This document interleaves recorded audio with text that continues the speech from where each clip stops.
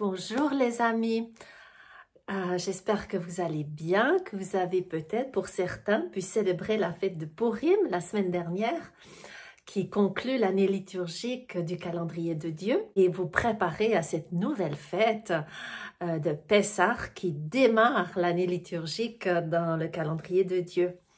La Pâque qui sera le 12 avril, commémorant la sortie de tous nos esclavages, surtout grâce à l'acte magnifique, souverain de Dieu qui a fait sortir son peuple du pays d'Égypte, mais aussi qui nous a fait tous sortir de l'esclavage du péché grâce à la mort de Jésus exactement à Pessah, au moment de Pessah.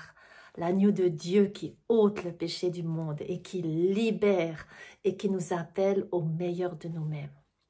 Puis on a un petit peu de difficulté à y aller et l'épreuve nous est donnée dans la vie justement comme une possibilité d'être élevés au meilleur de nous-mêmes, de pouvoir être retraversés par le souffle divin, par le feu purificateur pour nous permettre d'aller un peu plus loin dans notre existence. L'évangéliste Jacques, dans son épître au premier chapitre, nous dit de considérer comme toute épreuve un sujet de joie. Oui, parce que l'épreuve va nous permettre de nous reconnecter à notre véritable moi profond et à notre mission de vie, ce à quoi nous sommes appelés ici sur cette terre. L'épreuve est donc une occasion non pas à fuir, à considérer comme quelque chose d'horrible qui nous arrive, dont nous sommes les victimes, mais au contraire comme une opportunité. Et pour saisir tout ce que l'épreuve peut nous dévoiler, nous apporter comme cadeau, eh bien, il est très très important de l'accueillir et de la traverser. En tenant la main du Père Céleste, du Sauveur, et surtout d'être connecté au Saint-Esprit pour entendre ce qui est important d'entendre pour moi. Donc Jésus le dit très bien, heureux serez-vous lorsque vous traverserez l'épreuve, lorsqu'on vous dira toutes sortes de mal, qu'on vous persécutera. Réjouissez-vous et soyez dans l'allégresse car le royaume des cieux est alors proche, tout proche de vous, à exploser en vous et prêt à porter du fruit. Eh bien, le livre d'Esther nous permet de peut-être un petit peu envisager ce principe. Et la fête de Purim est là pour rappeler combien l'épreuve peut être traversée et nous permettre d'arriver au meilleur de nous-mêmes. Alors, le livre commence par ce fameux banquet d'Assuérus, qui est une grande parodie de tous les codes et les symboles de Dieu et du temple, comme pour bien dire à son peuple juif qui appartient à son royaume que les 70 ans sont bien passés et que personne, la plupart, en tout cas pas personne, mais la plupart des juifs ne sont pas rentrés à Jérusalem et que maintenant ils célèbrent leur assimilation tout en étant hyper respectueux, en disant qu'il ne faut pas imposer de la nourriture aux gens qu'ils ne souhaiteraient pas, ni qu'ils boivent ce qu'ils ne souhaiteraient pas. Et dans ce contexte de parodie, de respect faucheton, eh bien, il fait venir son épouse Vasti pour la pavaner, toute nue devant tout son monde qui est à la fête. Et là, Vasti, c'est la première protagoniste dans le livre d'Esther qui va choisir de traverser l'épreuve, mais de se réveiller au meilleur d'elle-même. Et elle va dire non au plus grand despote du Moyen-Orient et elle va lui dire je ne souhaite pas être pavanée devant tout le monde. Elle va balancer son porc et elle va se respecter dans sa dignité. Alors, lorsque l'épreuve arrive, est-ce que nous sommes capables de poser notre parole et de dire non pour respecter nos valeurs, notre dignité, quitte à avoir des conséquences tragiques?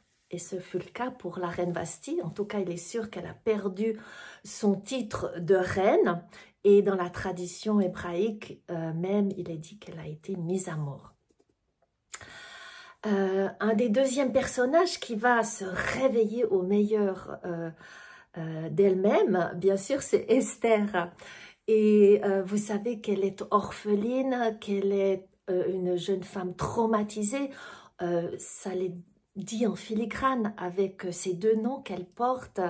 Esther, qui est vraiment un nom perse qui signifie l'étoile, et qui signifie l'assimiler, lié à Ishtar. Et puis, si on traduit cette consonance en hébreu, ça veut dire qu'elle est cachée. Et bien sûr qu'elle a une autre face de son identité qui est juive, qui est en Dieu, qui est dans le souffle de Dieu, qui est Hadassah, qui veut dire la myrte, cette plante avec une odeur odoriférante merveilleuse. Mais il faut que l'épreuve non seulement permette à Esther de l'unir, mais aussi de lui permettre d'émerger dans cette meilleure odeur. Parce que lorsque Ahasuérus cherche une reine, eh bien il va la radier comme plein d'autres jeunes filles pour voir, expérimenter si ça va être la future reine. Et elle ne dit rien. Son oncle qui l'élève, Mardoché, ne la protège pas, ne la fait pas fuir lorsqu'il entend parler de ce décret de choisir des jeunes filles dans le royaume. Il lui conseille même de ne rien dire. Vous vous rendez compte à Ahasuérus sur son origine et sur l'appartenance au peuple juif.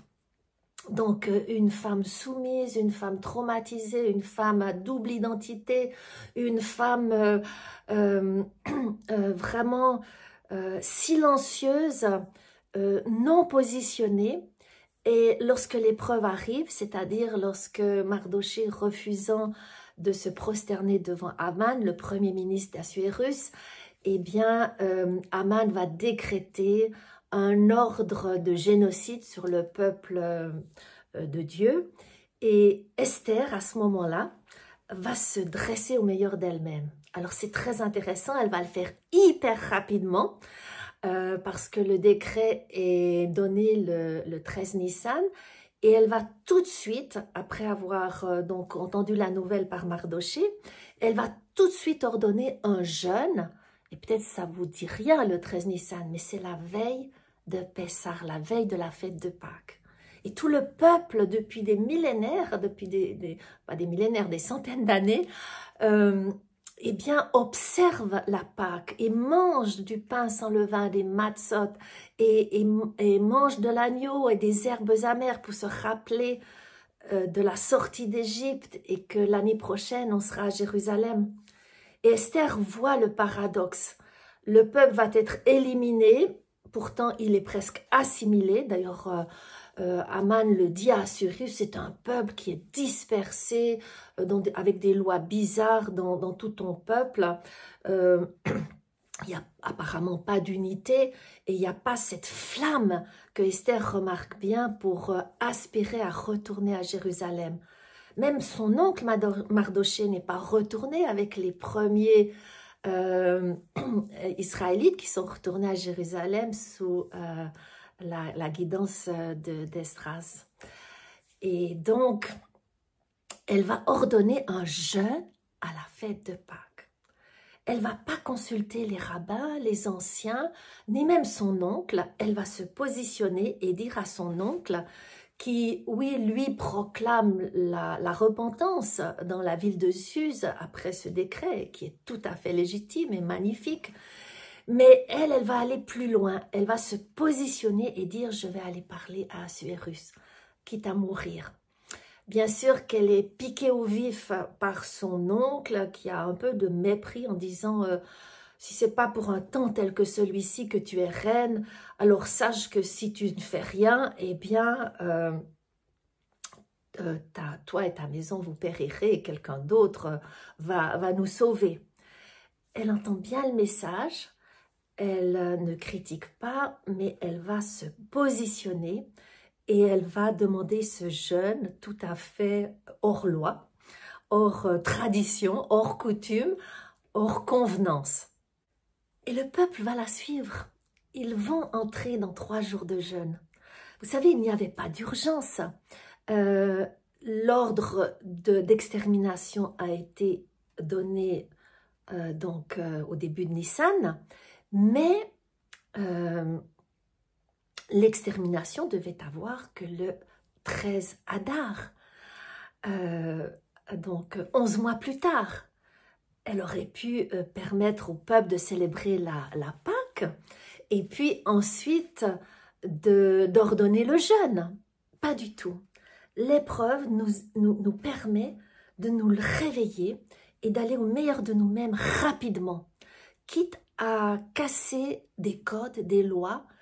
Et c'est merveilleux de voir que tout le livre d'Esther ou la fête de Pourim ne reproche jamais à Esther d'avoir enfreint une loi de Dieu, ordonnée par Dieu, la fête de Pessah, avec les pains sans levain à manger, l'agneau et les herbes amères. Donc c'est magnifique de voir que Esther va se dresser au meilleur d'elle-même. Et bien sûr qu'elle va obtenir, avec sa parole, son positionnement, son nom face à ce décret, elle va obtenir d'Assuérus qu'il offre une possibilité au peuple d'Israël de se défendre.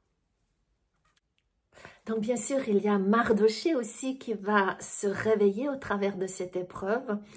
Et on va le voir, non seulement lui un peu l'assimiler, qui est un peu lâche, qui n'est pas rentré en Israël avec les premiers exilés qui sont retournés à Jérusalem, eh bien il va tout d'un coup interpeller le peuple à la repentance, mais aussi il va cesser de donner des ordres et d'être un peu condescendant et manipulateur, je trouve, dans toute cette histoire. Et à la fin du livre d'Esther, on va voir comment il devient un partenaire, un homme de dialogue à la même hauteur au niveau d'égalité avec Esther. Et c'est merveilleux de voir ce changement, comment l'épreuve va le repositionner dans une posture d'égalité, de respect et de paroles aimables et bien posées par rapport à Esther. Et puis maintenant, il y a Assuérus. Assuérus, c'est un grand despote qui en 3 ans et demi a conquis presque plus d'un tiers du monde. Et c'est vrai qu'il a pris beaucoup de décisions, certainement, il a beaucoup galopé de l'Euphrate jusqu'en Inde. Mais lorsqu'il arrive dans son royaume, il entre dans une toute autre posture qui est de festoyer, d'être dans la jouissance, l'hédonisme, etc., la beauté, la festivité. Mais c'est vrai qu'on observe qu'il ne décide pas grand-chose. Il rassemble ses princes pour savoir quoi faire avec Vashti. Il donne les clés de son royaume à Aman, qui est même pas un Perse, qui est un Agagite, c'est-à-dire un descendant d'Amalek. Et lorsque donc celui-ci lui propose, Aman, de liquider un peuple de son royaume, il s'enquiert même pas de savoir de quel peuple c'est. C'est comme de la poussière pour lui, c'est pas important. Il n'a pas un rôle de leader de prendre en main, mais pourquoi Aman est prêt à donner autant d'argent, 300 tonnes d'argent, pour un plan d'extermination d'un peuple parmi son grand royaume? Donc c'est un homme finalement mou lorsqu'il rentre de conquête, et à la fin, quand il va être confronté par Esther, à ce qui s'est réellement passé, comment c'est possible qu'il a donné sa bague à Aman pour sceller ce décret d'extermination. Eh bien, il va se réveiller, il va se positionner, il va donner ordre d'avoir un contre-décret pour justement permettre au peuple juif de se défendre et de ne pas être exterminé. Et puis, il y a le Zeresh dans l'histoire d'Esther, qui est une femme de mauvais conseils pour son mari Aman, mais Quand l'épreuve arrive, que le décret est prononcé, quand son mari va au festin d'Assuérus, elle l'avertit. Elle devient tout d'un coup la parole même de Dieu au travers de sa bouche. Et lui dit que s'il essaye de comploter contre ce peuple, il ne pourra rien faire parce que Dieu le protège. Et c'est beau de voir que même l'épreuve, pour quelqu'un qui n'appartient pas au peuple de Dieu, peut aussi être un catalyseur de tout d'un coup recevoir le souffle de Dieu à l'intérieur d'elle-même ou de lui-même.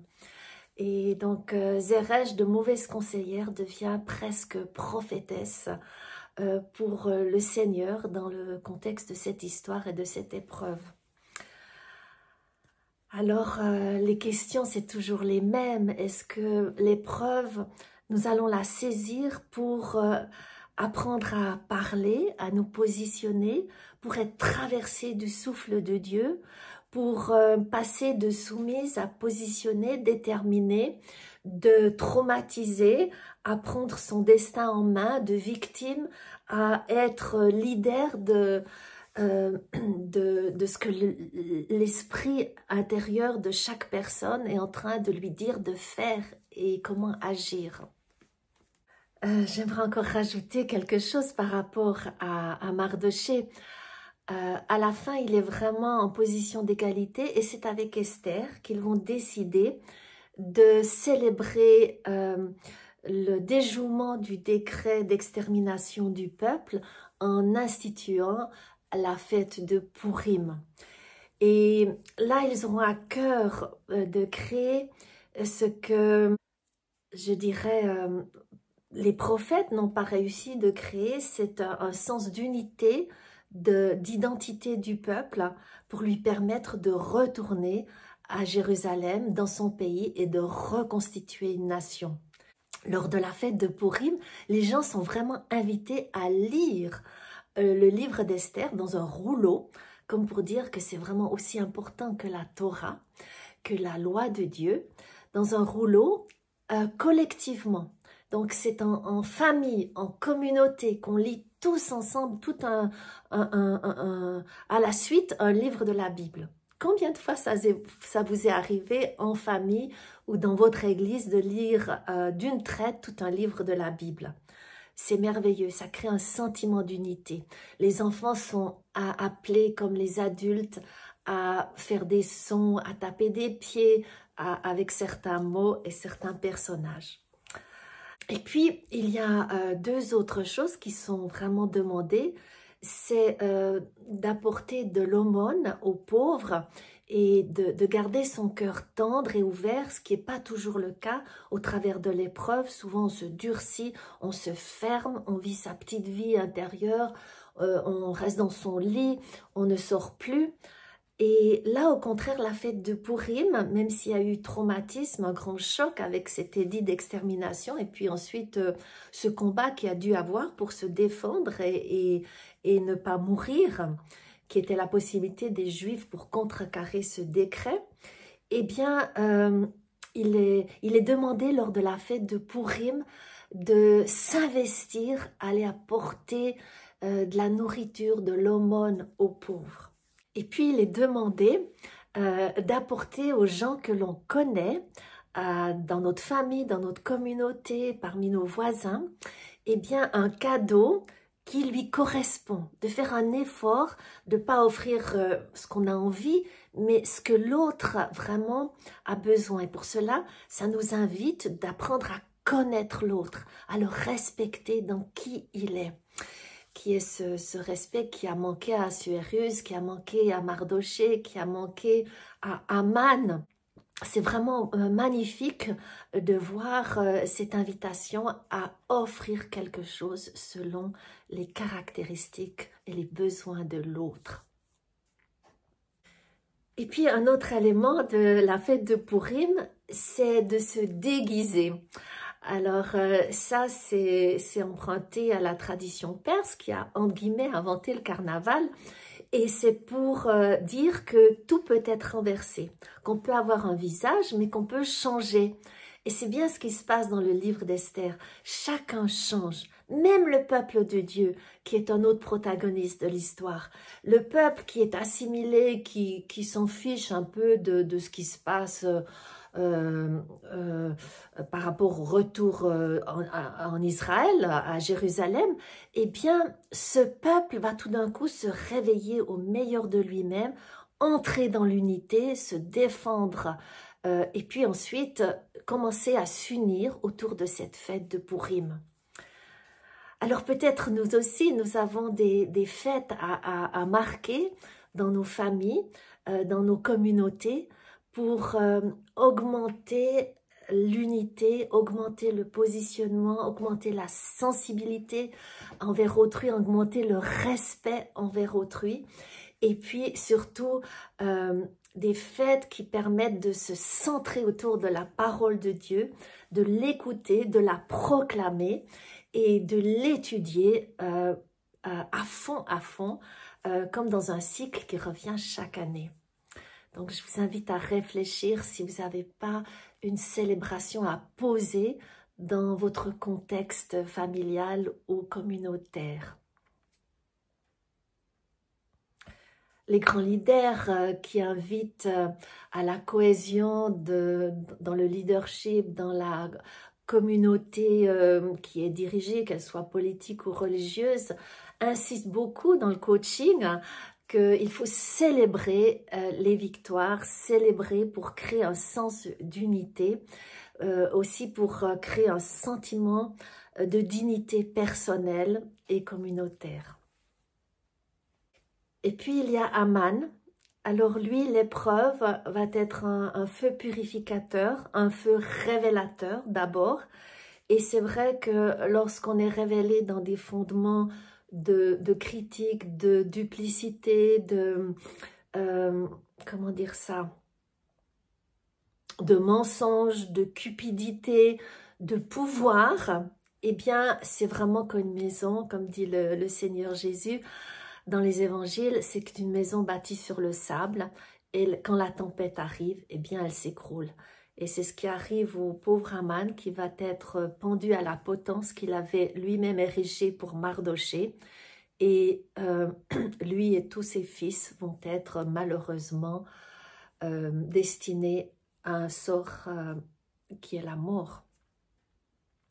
Et ça nous interpelle à vraiment choisir de bonnes fondations, à voir notre enracinement sur le roc, sur la vérité, et de ne pas craindre d'accueillir et de traverser les épreuves qui nous sont données dans la vie pour grandir au meilleur de nous-mêmes et entrer dans notre mission de vie, dans la meilleure facette de nous-mêmes pour que notre diamant brille jusque dans l'éternité. Alors je vous souhaite tout le meilleur, soyez bénis dans cette préparation et cette montée vers Pessah, que vous puissiez sonder vos cœurs et vous préparer peut-être à sortir d'une épreuve, à sortir d'un esclavage, à sortir de quelque chose qui vous enferme, qui vous soumet, qui ne vous permet pas d'être positionné, déterminé et de prendre la course du leader que Dieu a prévu que vous soyez. Je vous embrasse de tout mon cœur et je vous dis à bientôt.